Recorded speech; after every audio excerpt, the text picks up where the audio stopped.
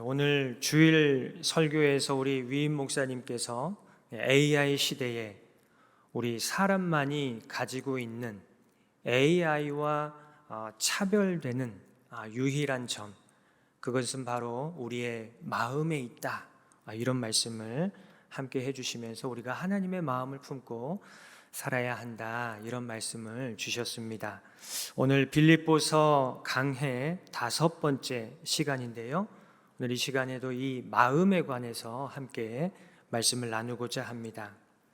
이 마음 하면 불교의 용어가 하나 떠오르는데요, 우리 성도님들도 아실 것 같은데 일체유심조라는 말이 있습니다.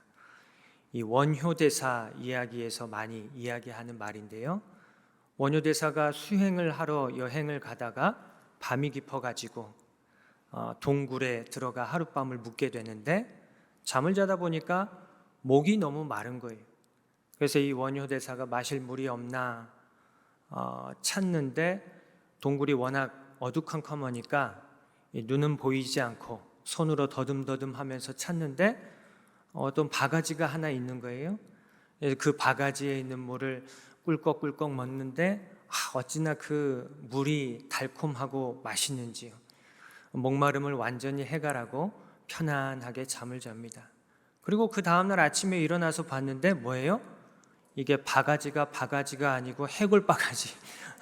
그래서 갑자기 이거 해골바가지인 걸 발견을 하고 나서 이 원효대사가 구역질을 해대면서 이렇게 하다가 갑자기 생각하기를, 그때 떠오른 말이 바로 이 일체유심조라는 말이죠. 무슨 뜻입니까? 모든 일은 마음 먹기에 달려있다, 이런 의미의 말이죠. 해골바가지인 줄 모를 때는 그 물이 어땠어요? 너무나 맛있어요. 이 세상 그 어디에서도 맛볼 수 없는 생명수와 같은 그런 물이었는데, 이게 해골바가지란 걸 알고 나니까 어때요? 너무나 이렇게 구역질이 나는, 참을 수 없는 그런 물이라는 것이죠. 사람의 마음이 참 중요하다, 이런 말인데요, 성경에 보면 마음에 관해 더 본질적으로 말씀을 하는 그런 말씀들이 많이 있습니다. 잠언 4장 23절의 말씀, 여러분들 너무 잘 아시는 말씀일 것 같은데요, 이렇게 말씀합니다. 모든 지킬 만한 것 중에 더욱 내 마음을 지키라. 생명의 근원이 이에서 남이니라.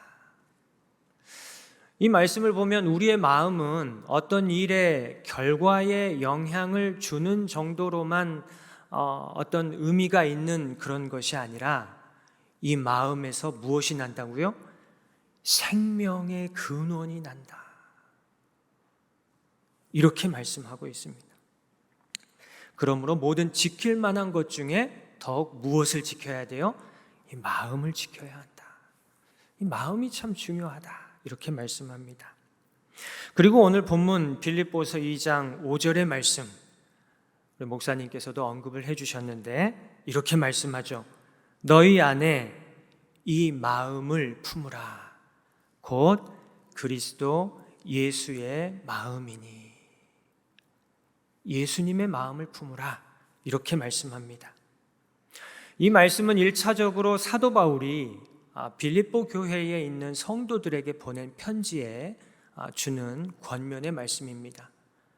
그러니까 누구에게 말씀하는 말씀이에요? 빌립보 교회에서 신앙생활하는 성도들에게 주는 말씀이었습니다. 사도 바울은 빌립보 교회 성도들에게 예수님의 마음을 품으라고 왜 말씀하고 있을까요? 우리가 빌립보서 1장 1절부터 쭉 이렇게 살펴보면서 지나왔는데, 사도 바울이 이미 그 이유를 빌립보서 앞부분에서 밝히고 있습니다. 빌립보서 1장 27절 상반절에 보면 사도 바울이 빌립보 교회 성도들에게 이렇게 권면하죠. 오직 너희는 그리스도의 복음에 합당하게 생활하라.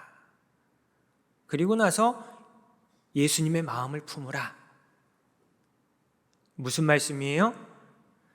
예수님의 마음을 품어야 그리스도의 복음에 합당하게 생활할 수 있다.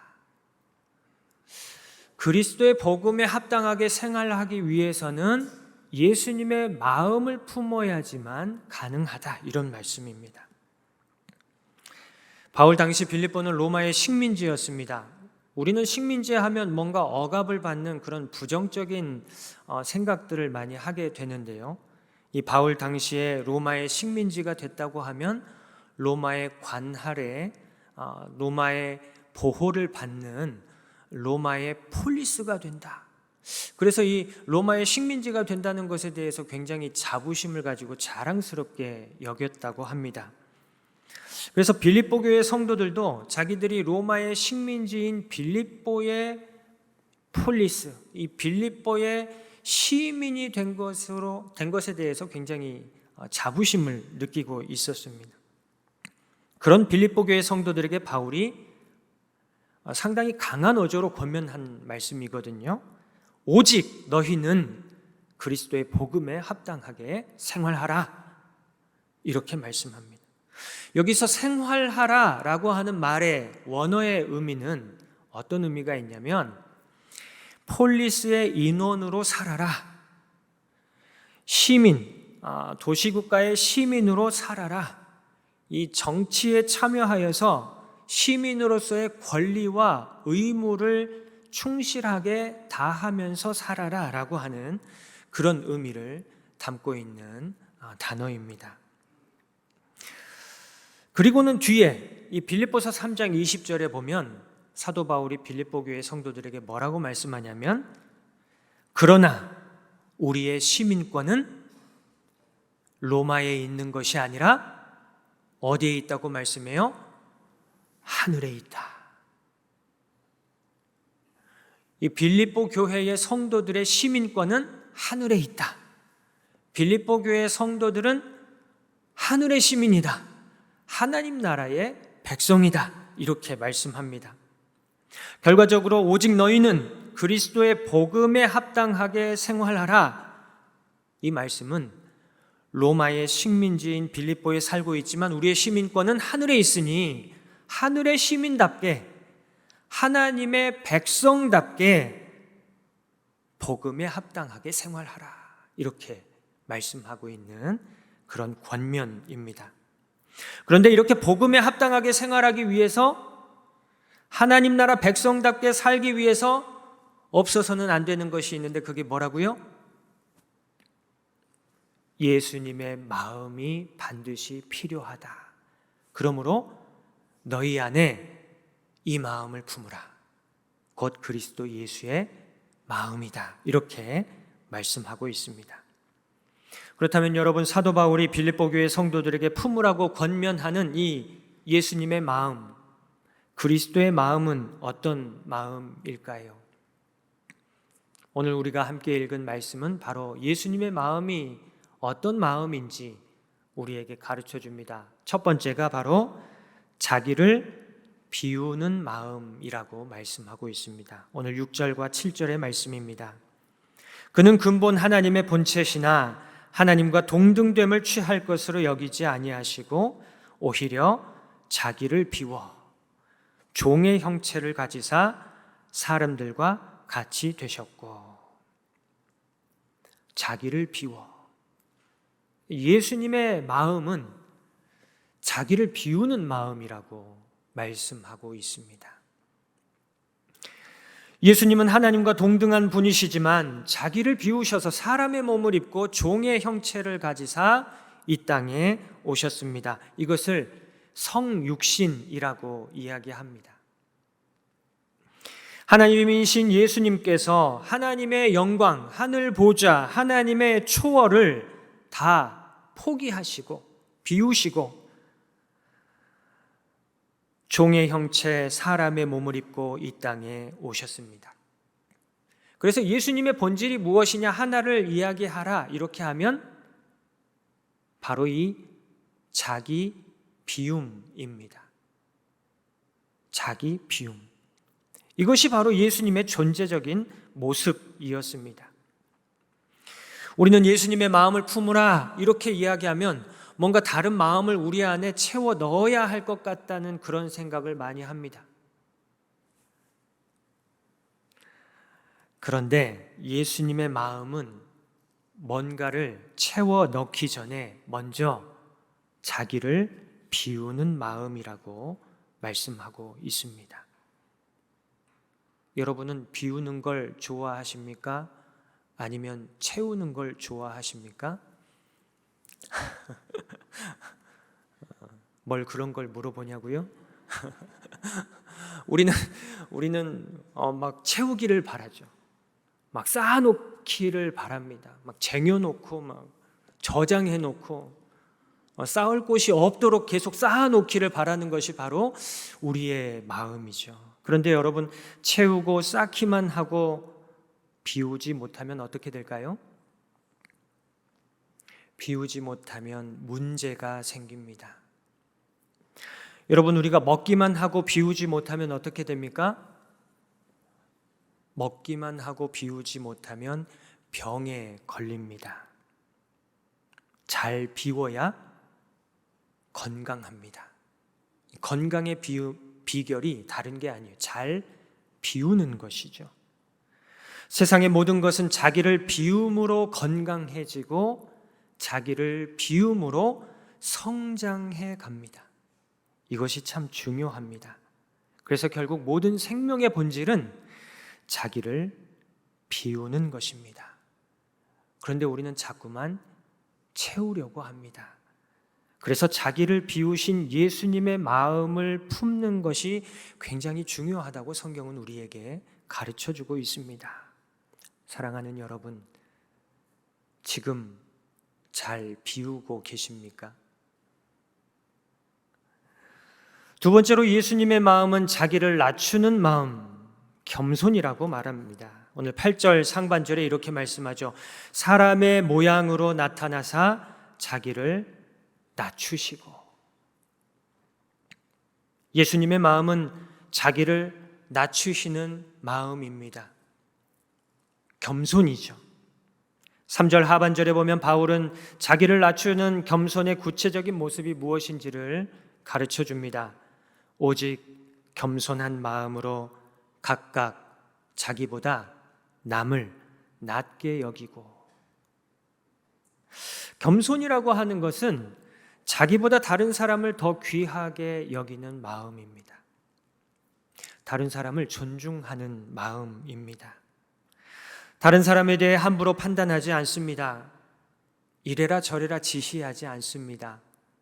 가르치려고 들지 않습니다. 겸손은 다른 사람의 생각과 감정을 귀하게 여기며 존중합니다.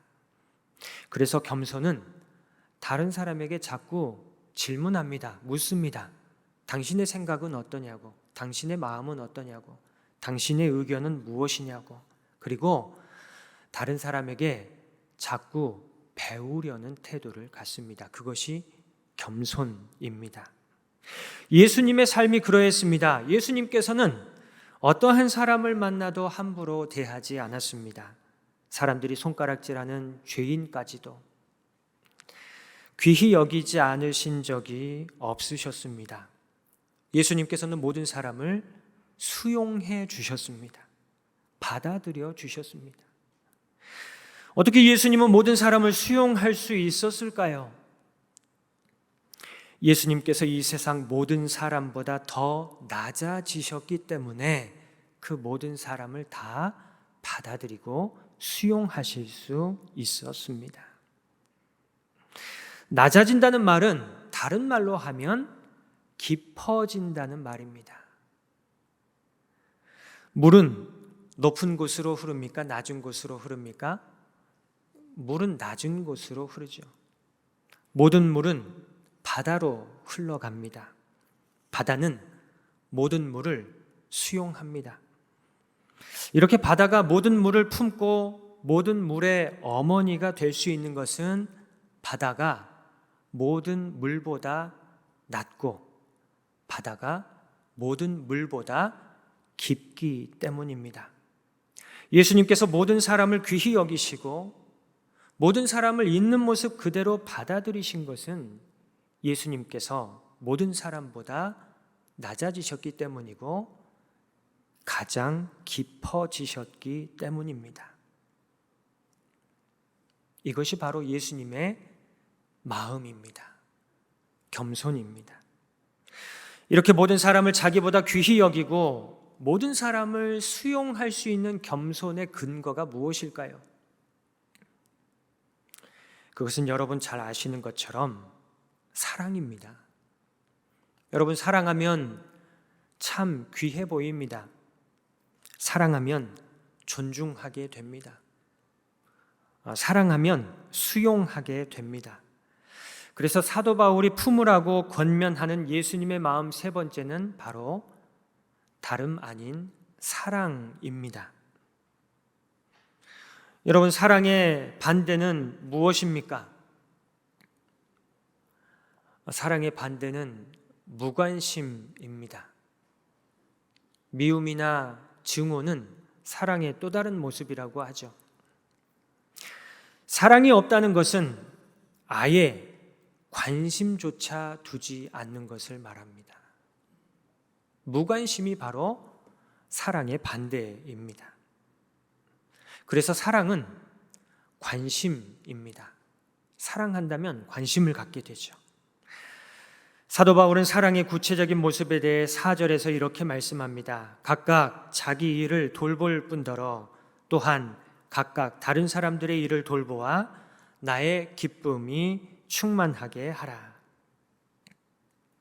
사람은 언제나 자기 자신에게 모든 관심을 집중하며 살아갑니다. 이것이 우리 사람이 가지고 있는 본성이기 때문입니다. 자연스러운 모습입니다. 그러나 우리가 예수님을 믿는다는 것은 자기만 생각하는 관심을 다른 사람에게도 나누는 것이 바로 예수님을 믿는 것입니다. 누군가 나를 필요로 하는 사람이 있다면 그 사람에게 자기 자신을 선물로 줄 아는 것, 그것이 바로 예수님을 믿는 것입니다. 우리가 자꾸 다른 사람에게 무관심해지는 원인은 다른 것이 아닙니다. 항상 모든 관심을 나에게만 집중하고 있기 때문입니다. 다른 사람을 볼 수가 없습니다. 나만 보고 있기 때문입니다. 자기에 대한 관심, 자기 사랑, 이거 잘못된 거 아닙니다. 자기에게 관심을 가져야 합니다. 자기 사랑해야 합니다. 중요한 것은 자기를 사랑하는 것처럼 다른 사람에게도 관심과 사랑을 나누어 주는 데까지 나아가야 한다는 말씀입니다. 자기 일을 돌보면서 또한 각각 다른 사람들의 일도 자기의 일처럼 돌볼 줄 알아야 한다는 그런 말씀입니다. 이 사랑으로 충만했던 예수님, 그 예수님께서는 항상 다른 사람들에 대해서 관심을 갖고 계셨습니다. 그래서 사람들의 아픔과 슬픔, 사람들이 가지고 있는 그 절망에 대해 누구보다도 깊이 공감하셨습니다. 우는 사람이 있으면 예수님께서 함께 눈물 흘리시면서 함께 울어주셨습니다. 반면에 즐거워하고 기뻐하며 웃는 사람이 있으면 예수님께서는 또 함께 기뻐하고 마음껏 즐거워하며 웃어주셨습니다. 그분이 바로 예수님이십니다. 그래서 예수님을 만나면 사람들은 누구나 위로받았습니다. 예수님을 만나면 없었던 소망을 다시 발견하게 됐습니다. 그래서 결과적으로 구원에 이르게 되었습니다. 어떤 권사님께서 이런 고백을 하시는 걸 들었습니다. 과거에는 감사가 전혀 없었다는 거예요. 마음속에 항상 불평과 불만으로 가득 차 있었다고 합니다. 하나님은 왜 나만 이렇게 힘들게 하시나?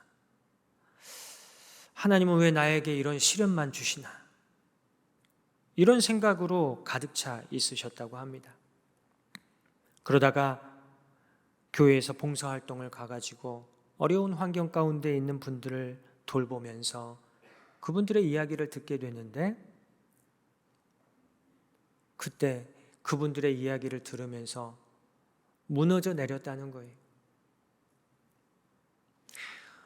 그동안 자기가 정말 너무나 당연하게 여겼던 것들이 정말 당연한 것이 아니라 하나님께서 나에게 허락해 주신 너무나 귀한 은혜였다는 사실을 깨닫게 되었다는 거예요. 그래서 그때부터 이 권사님의 마음 가운데 감사가 나오고 감사로 충만하게 되고, 그 입술을 통해서 감사가 계속해서 고백이 되는데, 하나님, 저 남편 주신 거 감사해요. 우리 권사님들 남편 주신 거 감사하십니까? 아무도 감사를 안 하시는 거 아니에요? 때로는 원수 같고 왼수 같고, 이렇게 내 편 아니라 남의 편인 것 같고, 굉장히 귀찮고. 근데 그 남편이 있는 게, 남편 주신 게 너무 감사한 거예요. 하나님, 저에게 집을 주시니 감사합니다. 그분이 의리의리한 집에 살고 계시는 것 같지는 않는데, 그럼에도 불구하고 집을 주셔서 너무나 감사합니다. 자녀들 주시니 감사합니다. 이래서 감사합니다. 저래서 감사합니다. 그동안 당연하다고 생각했던 것들이 다 감사의 제목들로 바뀌어버렸다는 거예요. 불평과 불만이 다 사라지게 되었다는 거예요. 그때부터 감사하면서 다른 분들을 돌아보게 되었고, 나누게 되었고, 섬기게 되었다는 그런 고백을 제가 듣게 되었습니다. 모든 관심을 나에게만 집중하고 있으면 굉장히 편하고 좋을 것 같습니다. 우리 생각에 그렇잖아요. 나만 생각하면 얼마나 편하고 좋을까. 그러나 나만 생각하면 감사가 사라지고 불평과 불만만 가득하게 된다는 거예요. 기쁨이 없다는 거예요. 반대로 우리가 다른 사람을 굉장히 돌아보게 되고 돌보고 다른 사람 도와주려고 하면 굉장히 귀찮고 피곤하고 어려울 것 같습니다. 그런데 오히려 거기에 감사가 있고 기쁨이 있고 보람이 있고, 또 그 자리에 사랑이 넘쳐나게 되는 것을 경험하게 됩니다. 이게 바로 예수님의 사랑이라고 오늘 성경은 우리에게 말씀합니다. 예수님께서는 자기를 비우시고 자기를 낮추시며 모든 사람과 생명을 사랑하셨습니다. 사도 바울은 이 마음이 예수님으로 하여금 십자가에서 죽기까지 하나님께 복종하게 하셨다고 말씀하고 있습니다. 오늘 8절 하반절에 이렇게 말씀해요. 죽기까지 복종하셨으니 곧 십자가에서 죽으심이라. 사랑하는 여러분, 여러분에게 지금 예수님께서 십자가에서 죽으라 이렇게 말씀하시면 여러분 뭐라고 말씀하시겠습니까? 아멘, 주님 제가 지금 십자가에 죽겠습니다, 이렇게 하실 수 있으신 분 계신가요? 하나님 싫어요, 무서워요, 저 못해요, 저 죽기 싫어요. 아니 아무리 하나님이라도 십자가에서 죽으라고 하시는 거 너무한 거 아닌가요? 저 말고 다른 사람 죽으라고 하세요. 이게 우리의 솔직한 심정 아닌가요? 예수님은 어떠셨을까요? 예수님은 처음부터 아멘 하고 하셨을까요?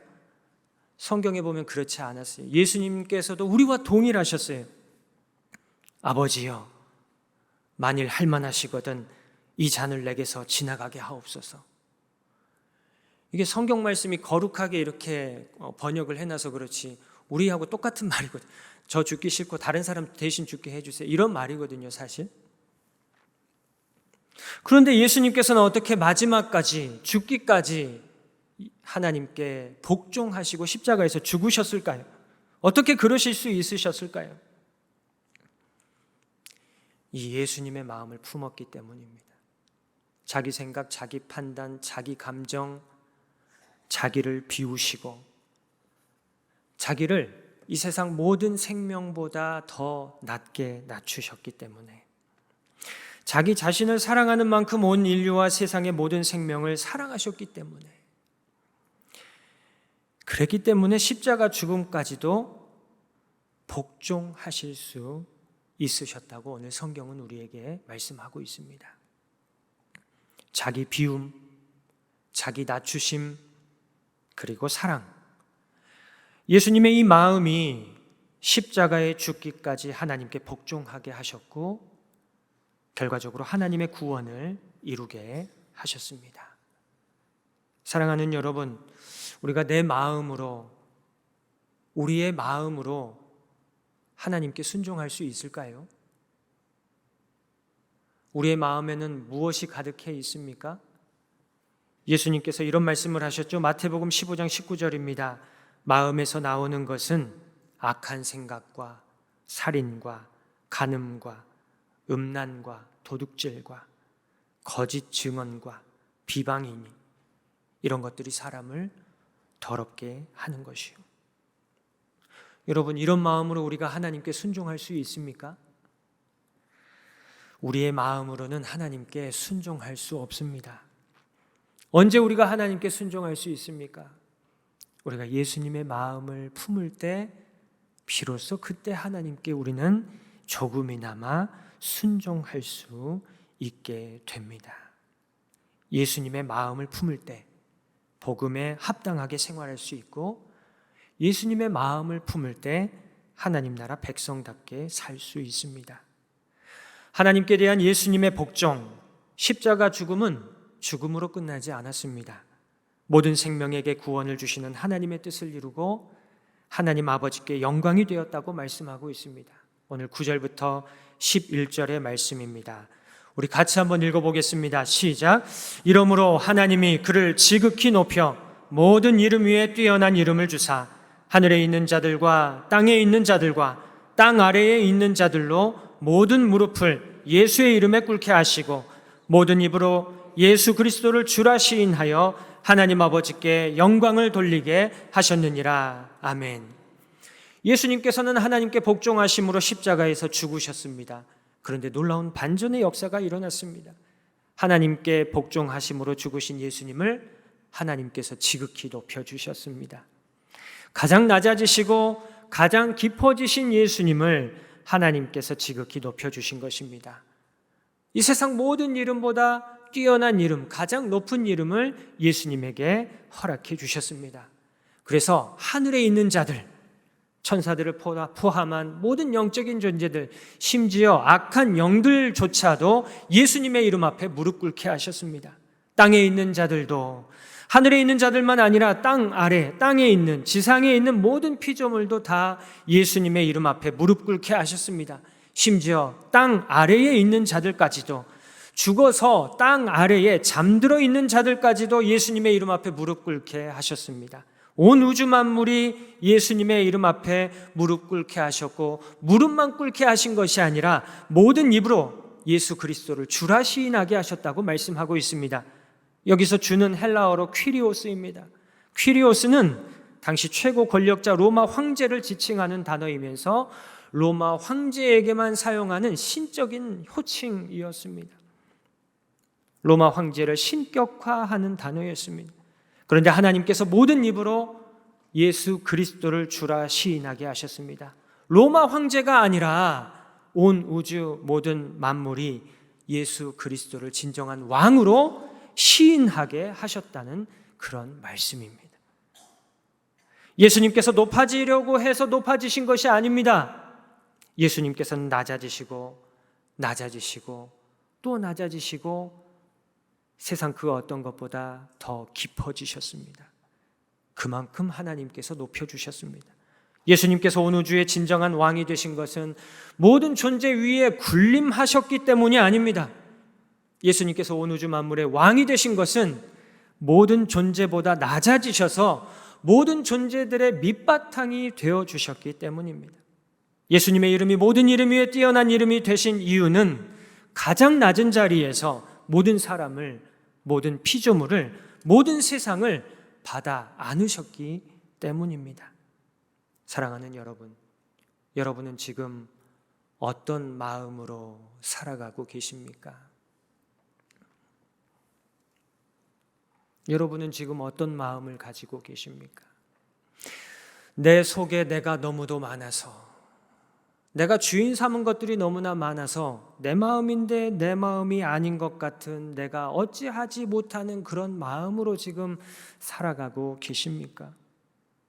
우울하고 괴롭고 짜증과 분노와 증오와 고통으로 가득한 그런 어두운 마음으로 살고 계십니까? 아니면 자기 교만과 자기 의와 자기 아집과 자기 사랑으로 똘똘 뭉친 그런 딱딱한 마음으로 살고 계시지는 않습니까? 사실 우리 모두의 마음에는 이런 마음들이 다 담겨져 있습니다. 제 안에도 그런 마음들이 있습니다. 잠언의 지혜는 이런 것들로부터 우리의 마음을 잘 지켜야 한다고 말씀하고 있는 그런 지혜입니다. 여러분, 이런 것들로부터 우리의 마음을 지키는 것은 어떻게 하는 것입니까? 바로 오늘 바울이 권면하는 것처럼 자기 비움, 겸손, 사랑이라고 하는 예수님의 마음을 품는 것입니다. 이제 중요하겠죠. 어떻게 하면 이 예수님의 마음을 품을 수 있습니까? 예수님의 마음을 느끼고 예수님의 마음을 늘 생각할 때 예수님의 마음을 품을 수 있다고 말씀합니다. 오늘 성경에 품다라고 하는 말의 원어의 의미는 느끼다, 생각하다. 예수님의 마음을 품다, 예수님의 마음을 느끼고 예수님의 마음을 늘 생각하는 것입니다. 예수님의 마음을 느끼고 예수님의 마음을 늘 생각할 때 우리가 예수님의 마음을 품을 수 있다는 말씀입니다. 가정에서든 직장에서든 교회에서든 우리가 살다 보면 우리의 마음에 부딪히는 상황들이 일어날 때가 종종 있습니다. 많이 있습니다. 우리의 마음을 불편하게 만드는 상황들이 계속해서 일어납니다. 그럴 때마다 내 마음과 내 감정에 집중하는 것이 아니라, 내 생각에 집중하는 것이 아니라 예수님의 생각, 예수님의 마음, 예수님의 감정에 집중하는 것입니다. 이럴 때 예수님의 마음은 어떠실까? 이럴 때 예수님의 감정은 무엇일까? 이럴 때 예수님은 어떻게 생각하실까? 어떻게 행동하실까? 그걸 느껴보려고, 그걸 생각하고자 노력하는 것입니다.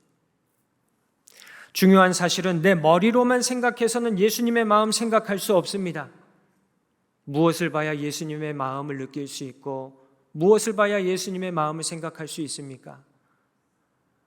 다른 것이 없죠. 하나님의 말씀을 보고 하나님의 말씀을 묵상할 때, 그러면서 그 말씀 가운데 예수님의 마음을 느끼고 생각해야 합니다. 왜냐하면 예수님께서 바로 말씀이 육신이 되어 우리 가운데 거하시는 분이시기 때문입니다. 예수님의 마음과 예수님의 생각에 집중하기 위해 우리가 반드시 해야 할 일이 하나 있습니다. 그것은 바로 자기 부인입니다. 자기를 부인하는 것입니다. 자기 감정, 자기 생각, 자기 판단을 부인하지 않으면 우리는 예수님의 마음을 느낄 수 없습니다. 그래서 예수님께서는 제자들에게 예수님을 따라오려거든 자기를 부인하고 예수님을 따라오라고 말씀하셨습니다. 여러분, 자기 부인이란 무엇입니까? 자기 부인이란 내가 무조건 옳은 것은 아니라는 사실을 인정하는 것입니다. 내가 항상 틀리는 것이 아닙니다. 내가 옳을 때도 있습니다. 내가 맞을 때도 있습니다. 그러나 항상 옳은 것은 아닙니다. 문제는 나는 옳은데 하나님 앞에서 옳은 것이 아닐 때도 있다는 사실을 우리가 알아야 한다는 것입니다. 나는 옳아요. 맞아요. 내가 틀린 것이 아니에요. 그런데 하나님 앞에서는 그게 틀린 것이 될 때가 있다는 사실이에요. 성경의 이야기를 읽어보면 수많은 믿음의 선배들이 그러한 모습을 보여주는 것을 우리는 발견할 수 있습니다. 누구는 항상 옳을까요? 우리 주님은 항상 옳습니다. 여러분, 내 생각이 옳습니까? 주님의 생각이 옳습니까?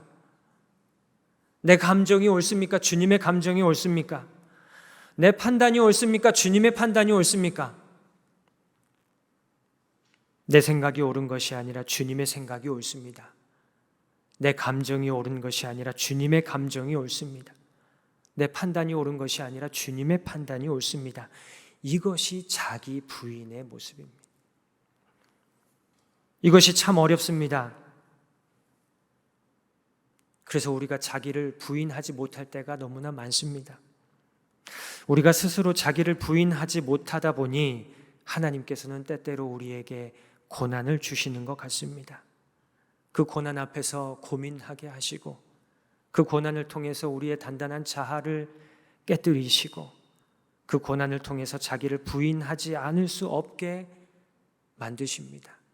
그래서 그런 의미에서 고난도 은혜입니다. 마지막으로 예수님의 마음을 품기 위해서는 사모함으로 간구해야 합니다. 기도 없이는 우리는 믿음의 삶을 살아갈 수 없습니다. 주님 마음 내게 주소서라는 찬양이 있습니다. 그 찬양의 가사를 보면 이렇습니다. 보소서 주님, 나의 마음을 선한 것이 하나도 없습니다. 그러나 내 모든 것 주님께 드립니다.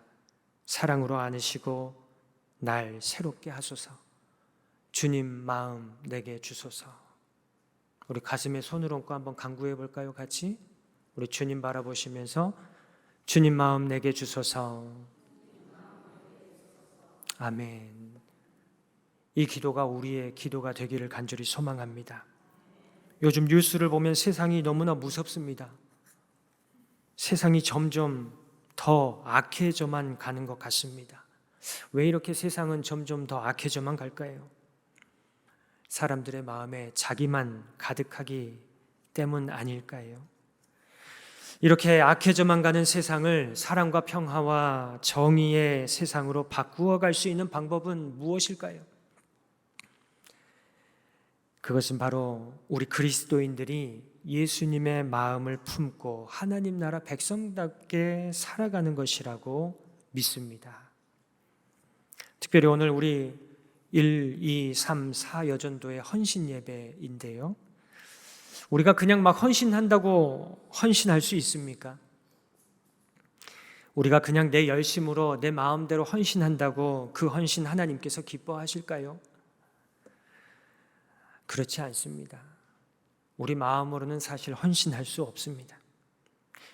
예수님의 마음을 품을 때 비로소 우리는 예수님처럼 헌신할 수 있습니다. 헌신의 본은 바로 예수님입니다. 예수님의 마음을 품을 때 우리는 비로소 하나님께서 기뻐하시는 헌신, 하나님의 뜻을 이루는 헌신을 감당할 수 있습니다. 우리 신한교회 모든 성도님들이 특히 우리 1, 2, 3, 4 여전도의 모든 회원들이 예수님의 마음을 품을 수 있기를 주님의 이름으로 간절히 축원합니다. 예수님의 마음을 품고 하나님께서 기뻐하시는 모습으로 헌신해서 하나님의 뜻을 이루고 악한 세상을 사랑과 평화와 정의의 나라, 하나님 나라로 변화시키는 저와 여러분 우리 신한교회가 되기를 주님의 이름으로 간절히 축원합니다. 우리 함께 기도하겠습니다.